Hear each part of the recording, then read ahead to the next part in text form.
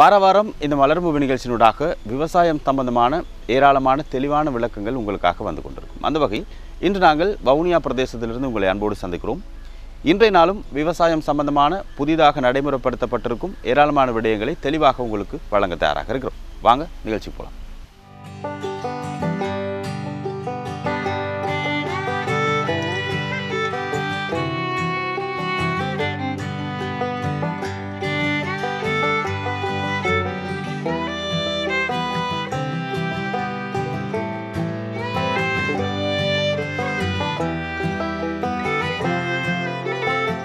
இன்றைய மலர்பூமி நிகழ்ச்சியினூடாக நாங்கள் ஊடுபயிர் செய்கை பற்றிய தெளிவான விளக்கங்களை உங்களோடு நாங்கள் பகிர்ந்து கொள்ள தயாராக இருக்கிறோம். அந்த வகையில் இன்று நாங்கள் வவுனியா பரநாட்டங்கள் பகுதியிலே உங்களை சந்தித்து கொண்டிருக்கிறோம். இந்த பகுதியில் ஊடுபயிர் செய்கை மிக சிறப்பாக மேற்கொண்டிருக்கக்கூடிய ஒருவர் எங்களோடு நேரடியாக நின்றிருக்கிறார். நாங்கள் அவரோடு தொடர்ந்து இது பற்றிய தகவல்களை பகிர்ந்து கொள்ள தயாராக இருக்கிறோம். வணக்கம், உங்களுடைய பேர்? எனது பெயர் ரகுநாதன் பவானி தேவி. பவானி தேவி, ரைட். இந்த இடத்துல நீங்கள் இருக்கீங்க. இந்த இடத்தை சுற்றி நிறைய ஊடுபயிர் செய்கை ரொம்ப அழகான தோட்டம் ஒன்று இருக்கிறது. ஸோ இது எப்படி ஆரம்பிக்கிறது, என்ன மாதிரியான எண்ணம் உங்களுக்கு இருந்தது இது ஆரம்பிக்கிறது? இடத்துல இது கைவிடப்பட்ட பிரதேசமாக இருந்தது.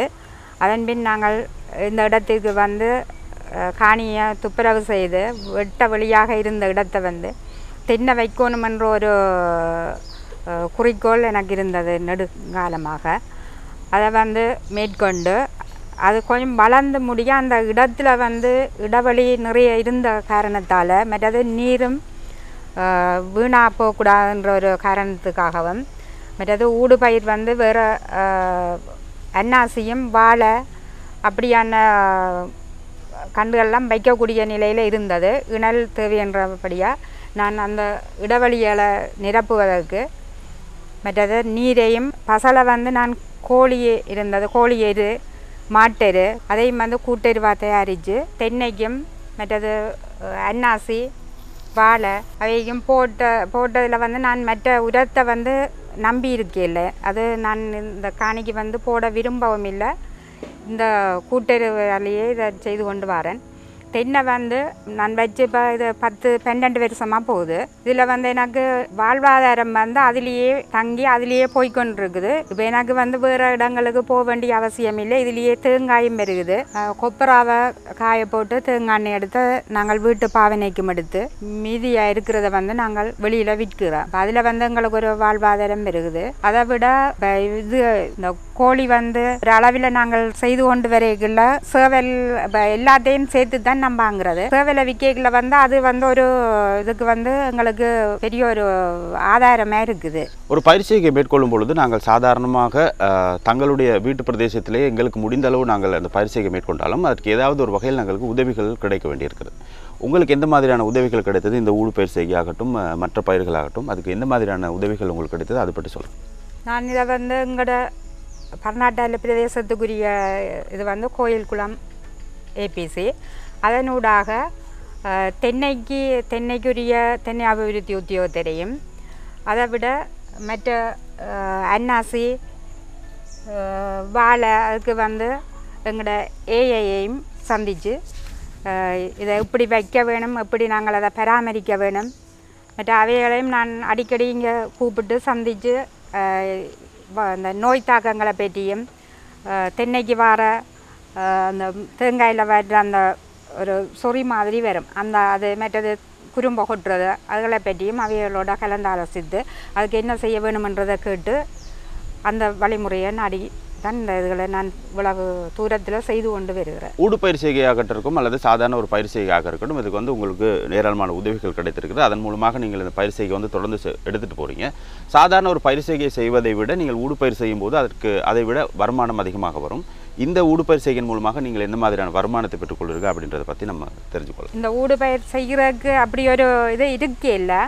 எனக்கு கூடுதலாக ஏபிசி மூலம் தென்னை அபிவிருத்தி உத்தியோகத்தர்னா தென்னைக்குள்ள ஊடுபயிர் செய்யலாம். அதுக்கு நாங்கள் ஊடுபயிர் செய்வதற்கு உதவி வழங்கி கொண்டிருப்பதாகவும் இங்கே நான் ஏற்கனவே செய்து கொண்டிருந்ததுக்கு உதவியை பெற்றும் இருக்கிறேன். அதை விட இந்த அன்னாசிகள் எங்களுக்கு இதுதான் முதல் தரம். இதில் நான் பலன் எடுக்கலைன்னு இல்லை, அந்த ஆகக்கூடிய பலனை எடுக்கலை. எனக்கு என்னென்னா அந்த செய்கையிட இது சரியான முறை தெரியல.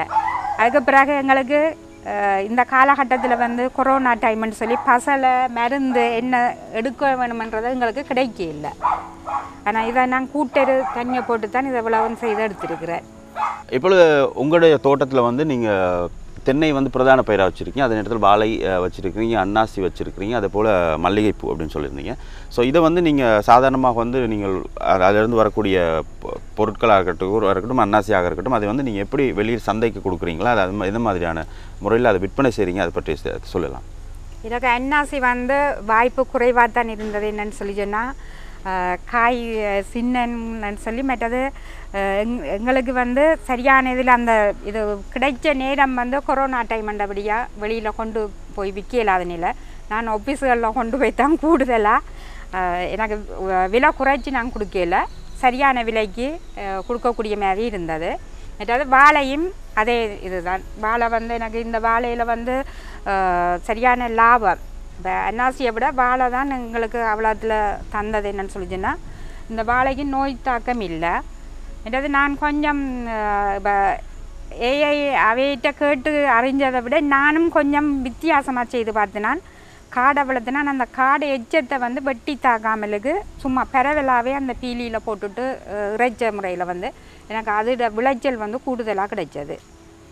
இப்போ அதை விற்கக்கூடிய இது வந்து நாங்கள் வெளியில் கொடுக்கல, இங்கே வவுனியா மார்க்கெட்டுக்குள்ளேயே நாங்கள் கொடுத்துனாங்க.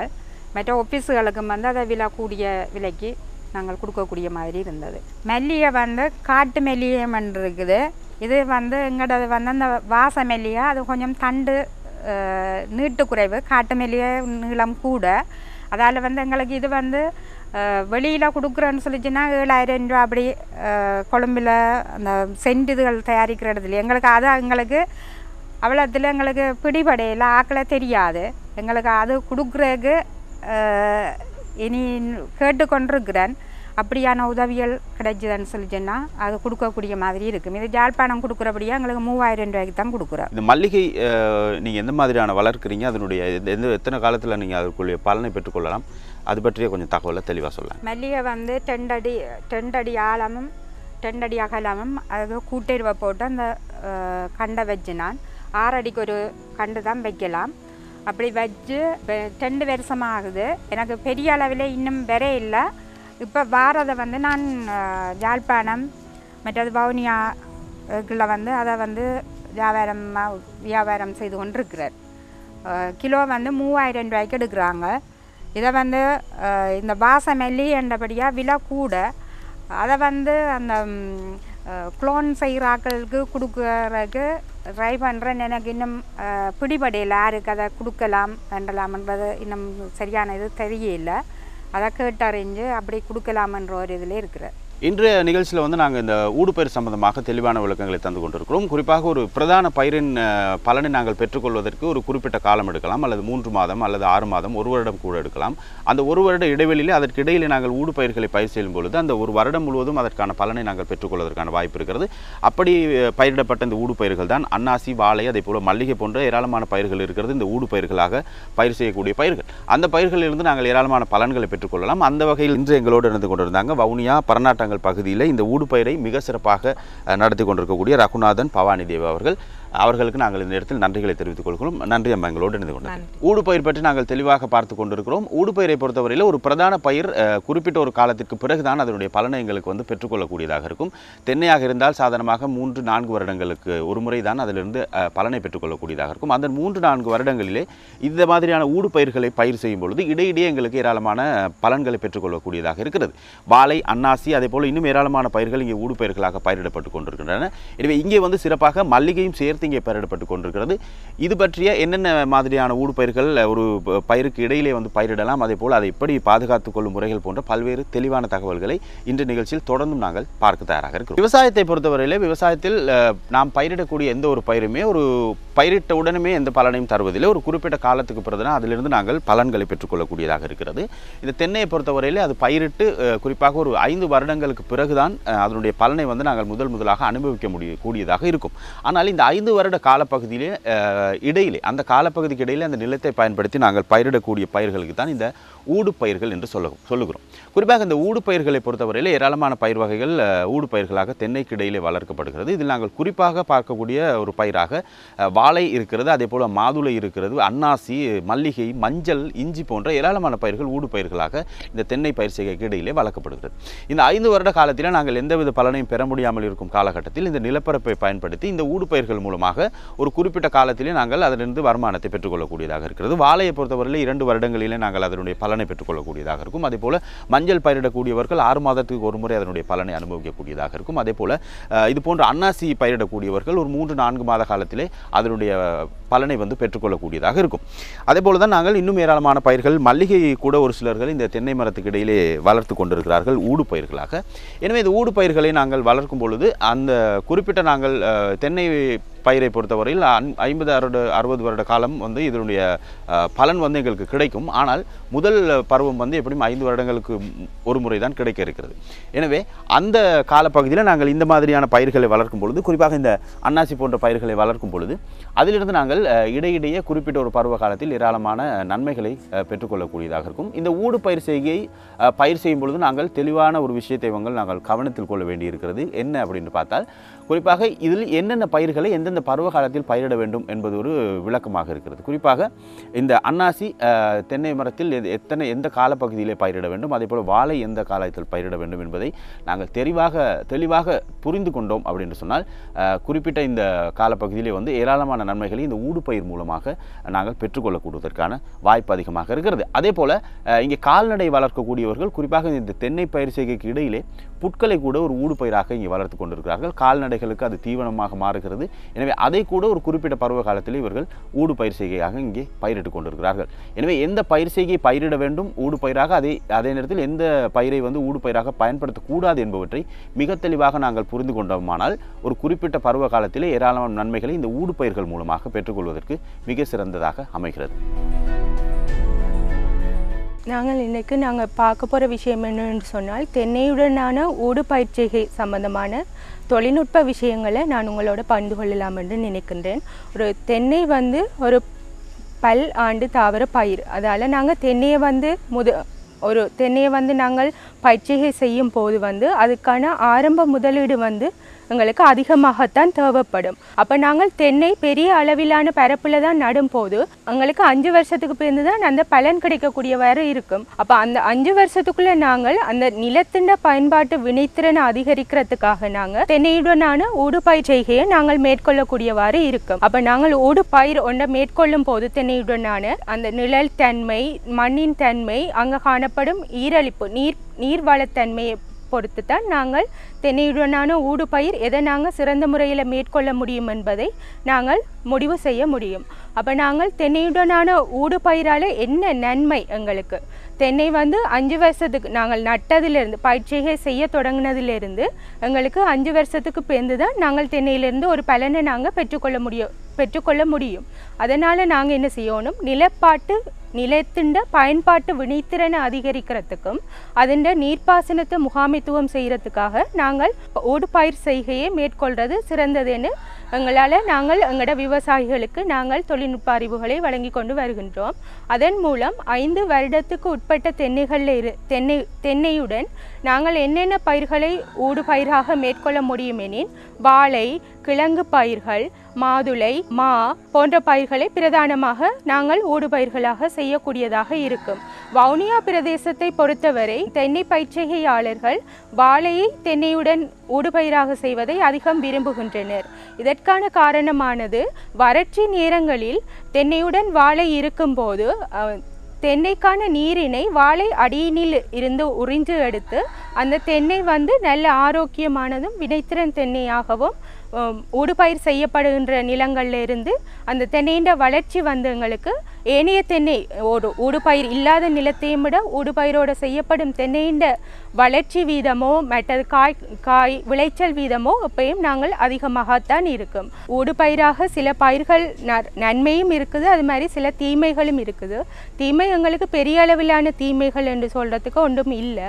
நாங்கள் தென்னையுடனான வாழைச் செய்கை ஒன்று மேற்கொள்ளும் போது நாங்கள் அதை எப்படியும் நாங்கள் நட்டதிலிருந்து ஒரு 2-3 வருஷத்துக்குள்ளே அந்த வாழை செய்கையை நாங்கள் நிப்பாட்டிட்டு இன்னொரு செய்கையை மேற்கொள்வது சிறந்தது என நாங்கள் சில ஆய்வுகள் மூலமும் சில நடைமுறைகள் மூலமும் நாங்கள் அறியப்பட்டிருக்கோம். ஏனென்று சொன்னால் வாழை செய்யும் போது வாழை நாங்கள் குலையை வெட்டிட்டு அந்த வாழை அடியை ஒழுங்காக துப்புரவு செய்யாமலோ ஏதோ கனியில் விடும்போது அந்த வாழை அழுகும் மனத்திற்கு செவ்வண்டு அதிகமாக கவரப்படுது என்றும் அப்படியான காணிகளில் செவ்வண்டு தாக்கம் அதிகமாக செவ்வண்டின தாக்கமும் அதனால் ஏற்படப்படுகின்றமையினால் நாங்கள் 3 வருஷத்துக்கு பேர்ந்து வாழை சீரத்தை அதிக அளவில் குறைச்சி கொள்ள சொல்கிறோம்.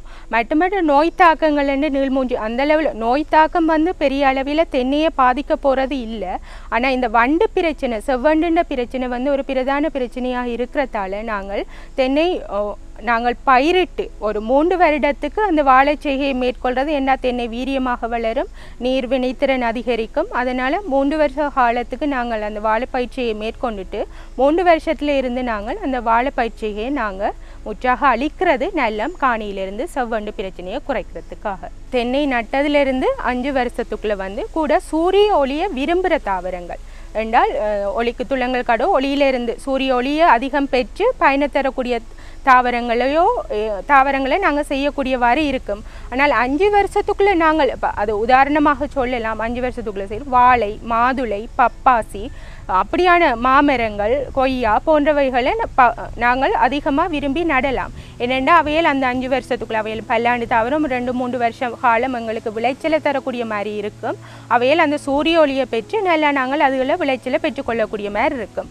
ஆனால் அன்னாசி போன்ற பயிற்சிகளுக்கு எங்களுக்கு அதிக அளவிலான சூரிய ஒளி சில பிரச்சனைகளே ஏற்படும். அந்த சிவப்பு தாக்கம் ஏற்படுறது அப்படியான நோய்கள் அன்னாசியில் வரக்கூடிய மாதிரி இருக்கும்.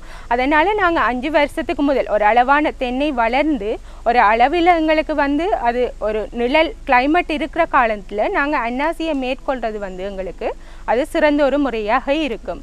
5 வருஷத்துக்கு பேர்ந்து மரம் வளர்ந்து ஓரளவு நிலத்தன்மை எங்களோட காணியில் கூடுதலாக காணப்படும். அப்போ மற்ற அந்த மாட்டுக்கு கொடுக்குற புல் வகைகள் வளர்க்கிறதுக்கும் அந்த 5 வருஷத்துக்கு பேர்ந்து நீங்கள் முக்கியமாக அந்த தென்னங்காணியில் CO3 போன்ற புல் வகைகளை வளர்க்குறதுக்கு சிறந்ததாக இருக்கும். 5 வருஷத்துக்குள்ளே நாங்கள் கிழங்கு பயிர்களையும் மேற்கொள்ளலாம். 5 வருஷத்துக்கு பேர்ந்தும் அந்த நிழலின்ற தன்மை நிழலை விரும்பி வளரக்கூடிய கிழங்கு பயிர்கள் அப்படியான பயிர்களை பயிரிடக்கூடிய மாதிரி இருக்கும். 30 வருஷத்துக்கு பேர்ந்து தென்னை பழைய நிலைமைக்கு போயிடும். நல்லாக ஒளியை நோக்கி வளர்ந்து மேல் நோக்கி சென்றுவிடும். அதன் பின்பு நாங்கள் 30 வருடத்துக்கு பின் முதல் 5 வருஷத்தில் நாங்கள் என்னென்ன பயிர்களை பயிரிட முடிந்ததோ அந்த பயிர்களை நாங்கள் 30 வருடத்துக்கு பின் பயிரிடக்கூடிய மாதிரி இருக்கும். மரக்கறி பயிர்களையும் நாங்கள் தென்னையுடன் அநேகமாக ஊடுபயிர்களாக செய்யக்கூடிய இருக்கும். வவுனியா பிராந்தியத்தை பொறுத்தவரையில் ஊடுபயிர் அநேகமான விவசாயிகள் ஊடுபயிராக அன்னாசி, பப்பாசி, வாழை, உளுந்து, கச்சான் போன்றவைகளை தென்னங்காணிகளுடன் ஊடுபயிராக செய்து கொண்டு வருகின்றனர்.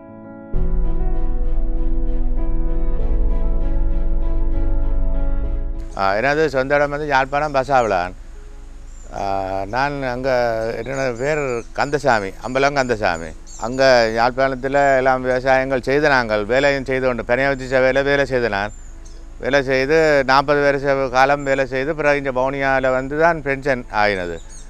பென்ஷன் ஆகி அந்த பிரவுடன் எடுத்து அரச முறிப்பு ஓமந்த அரச முறிப்பில் காணி வேண்டி அதில் எனக்கு ஆசை என்னென்னா அந்த தென்னம்பிள்ளை வைக்க வேணுமெண்டு தென்னம்பிள்ளை வச்சு அதுகளுக்குள்ள ஊடுபயிர்கள் செய்ய வேணுமென்று ஒரு ஆசை இருந்தது. கிணறும் வெட்டி தென்னை அவிழ்த்து சபையால் தொடர்பெடுத்து அவையிட்ட தான் தென்னம்பிள்ளையெல்லாம் வேண்டி அவையின் ஆலோசனையும்படி தென்னம்பிள்ளையில் வச்சு நல்ல மாதிரி வருது. அவைகள் சொல்கிறபடியே செய்து அவைகள் அபிவிருத்தி உத்தியோகத்தர் மற்றது முகாமையாளர் எல்லோரும் வருவினோம். அவைகள் எல்லோரும் அவையின் ஆலோசனை மற்றது எங்களை அதுக்குள்ள ஊடுபயிர் மரவள்ளி, வாழை அதால் நல்ல பலன் தருது. மற்றது நிலக்கடலை கச்சான் மற்றது உளுந்து, பயறு, கவுப்பி அதுகளெல்லாம் போடுவோம். மற்றது எங்களுக்கு அந்த தென்னை அவிழ்த்து சபையால் பார்த்து எங்களுக்கு இது இந்த முதலாவது பரிசு அந்த பாமரண்ட இதுவும் எங்களுக்கு தந்து செட்டிக்கரும் தந்து அவைகளால் காசோலையும் தந்த எங்களுக்கு அந்த மானியம் காசோலையும் தந்து எங்களை ஊக்குவிச்சு அப்படி தென்னை அவிழ்த்து சேவை எங்களுக்கு நல்ல சேவை செய்யுது. அதால் மக்களுக்கும் சேவை தான். மேலும் அவையண்ட ஆலோசனை எங்களுக்கு தேவை. மற்றது அவையண்ட ஆலோசனையை பெற்று நாங்கள் செய்கிறதால இந்த நோய் தாக்கங்கள் ஒன்றும் இல்லாமல் நல்ல மாதிரி வருது. அபிவிருத்தி உத்தியோகத்தர் அடிக்கடி வருவா, வந்து பார்த்து எங்களுக்கு ஆலோசனையை தருவினோம். வாழைக்குலைகள் வந்து சந்தைப்படுத்துறதுக்கு அங்கே வருவினோம், எங்கள்ட தோட்டத்துக்கு வருவினோம். அவைகள் வந்து தங்களுக்கு தேவையான குலைகளை கத்தியை கொடுத்து விட்டால் போய் பார்த்து வெட்டி ஏற்றி கொண்டு போவினோம் மார்க்கெட்டுக்கு சந்தைப்படுத்துவினோம். எங்களுக்கு பரவாயில்ல. அது இப்போ கொஞ்சம் அந்த கொரோனா டைமில் கொஞ்சம் வீழ்ச்சியாக இருந்தது. இப்போ பரவாயில்ல. வாழைக்குலை நல்ல விலை, மரவள்ளியும் நல்ல விலை, மரவள்ளி கிழங்கு நல்ல விலை. அது மற்றது உளுந்துகள் கவுப்பி எல்லாம் வியாபாரிகள் வருவினம் தேடி வருவினம் அவைகிட்ட சந்தைப்படுத்துறது. ஒவ்வொரு ஏக்கருக்குள்ள மரவள்ளி வச்சுருக்கிறோம், வாழை வச்சுருக்கிறோம். மரவள்ளியும் வாழையும் வந்து அது நிரந்தர பயிர் மாதிரியே 6 மாதத்துக்கு ஒருக்கா வச்சு கொண்டு வரலாம். மற்றதுகள் இந்த உளுந்து கவுப்பி அதுகளெல்லாம் ஒரு காலத்துக்கு ஏற்ற மாதிரி செய்வோம். மற்ற நிலக்கடலை ஒரு வருஷத்தில் 2 தரம் போடலாம். நிலக்கடலை கச்சான். அப்போ அறுவடை செய்கிற காலங்களில் நாங்கள் அந்த வியாபாரம் சந்தைப்படுத்துறதுக்கு ஆக்கள் வருவினோம். அங்கே உள்ள தரகர்மார் இருக்கணும். அவைகள்கிட்ட சொன்னால் அவைகள் அறிவித்து அந்த வியாபாரிகளை கூப்பிட்டு அதன் மூலமாக நாங்கள் அவைகள்கிட்ட கொடுத்து பணத்தை பெறுவோம். பிரச்சனை இல்லை. மற்றது வேலையாக்கள் கிராம மக்கள் ஒரு அதால் 5-6 குடும்பம் அதால் ஒரு வாழுது.